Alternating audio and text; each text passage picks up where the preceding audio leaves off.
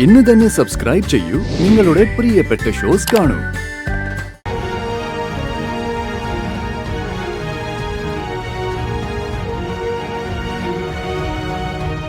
ചേച്ചി,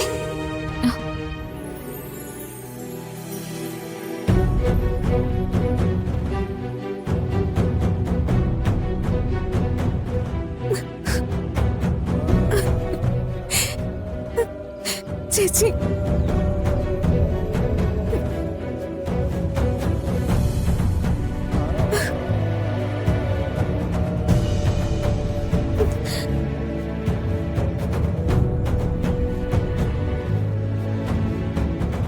താങ്ക്സ് ചേച്ചി.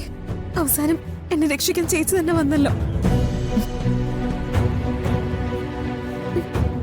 ഞാൻ തെറ്റൊന്നും ചെയ്തിട്ടില്ലെന്ന് ചേച്ചിക്ക് ബോധ്യമായല്ലോ.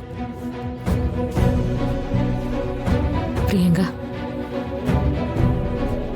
ഇങ്ങനൊരു ചേച്ചിയെ കിട്ടാൻ നീ പുണ്യം ചെയ്യണം. പ്രിയങ്കയ്ക്ക് വേണ്ടി ഹാജരായ അഡ്വക്കേറ്റ് ആരാണെന്ന് നിനക്കറിയോ? അഡ്വക്കേറ്റ് ഗൗതമൻ. സാധാരണഗതിയിൽ ഇത്തരം കേസുകൾക്കൊന്നും അദ്ദേഹം അപ്പിയർ ചെയ്യാറില്ല. പിന്നെ രാധിക കരഞ്ഞു പറഞ്ഞതുകൊണ്ട് പ്രിയങ്കയെ രക്ഷിച്ചേ പറ്റൂ എന്നതുകൊണ്ട് ഞാനാണ് അഡ്വക്കേറ്റ് ഗൗതമനെ ഏർപ്പാട് ചെയ്തത്. Thank you madam. ഹേയ്, ആ ഒരു നന്ദി വാചകത്തിനേക്കാൾ പ്രിയങ്ക മനസ്സിരുത്തി ചിന്തിക്കണം. ഈ സംഭവത്തിലെ യാഥാർത്ഥ്യം പ്രിയങ്കയ്ക്ക് മാത്രമാണ് അറിയാവുന്നത്. രാധിക നിന്നോട് കാണിക്കുന്ന സ്നേഹം സത്യമാണ്.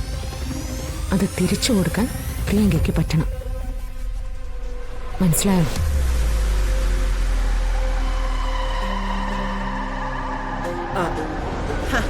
മോളെ,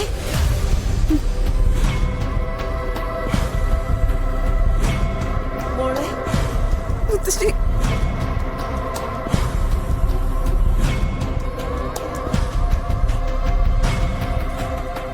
അവസാനം സത്യം ജയിച്ചല്ലോ. അത് തെറ്റാണ്. ജയിച്ചത് രാധികയാണ്. ഇത്രയും വലിയ അപകടം സംഭവിച്ചിട്ടും വേണ്ടപ്പെട്ടവരെ രക്ഷിക്കാൻ കാണിക്കുന്ന ഈ കുട്ടിയുടെ മനസ്സുണ്ടല്ലോ, അത് മുത്തശ്ശി പേരുകുട്ടിക്ക് പറഞ്ഞു കൊടുക്കണം.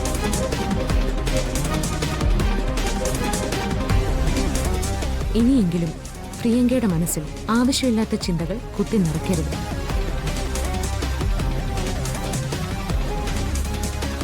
അതെന്താ ചെയ്യേണ്ടതെന്ന് വെച്ചാൽ ഞാൻ ചെയ്തോളാം.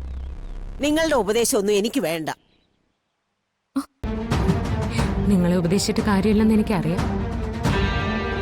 പക്ഷെ ഒരു കാര്യം നിങ്ങൾ രണ്ടുപേരോട് ഞാൻ വ്യക്തമായിട്ട് പറയുകയാണ്.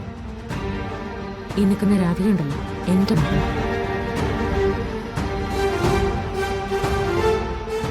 രാധികയ്ക്ക് വേണ്ടി ഞാൻ എന്തും ചെയ്യും.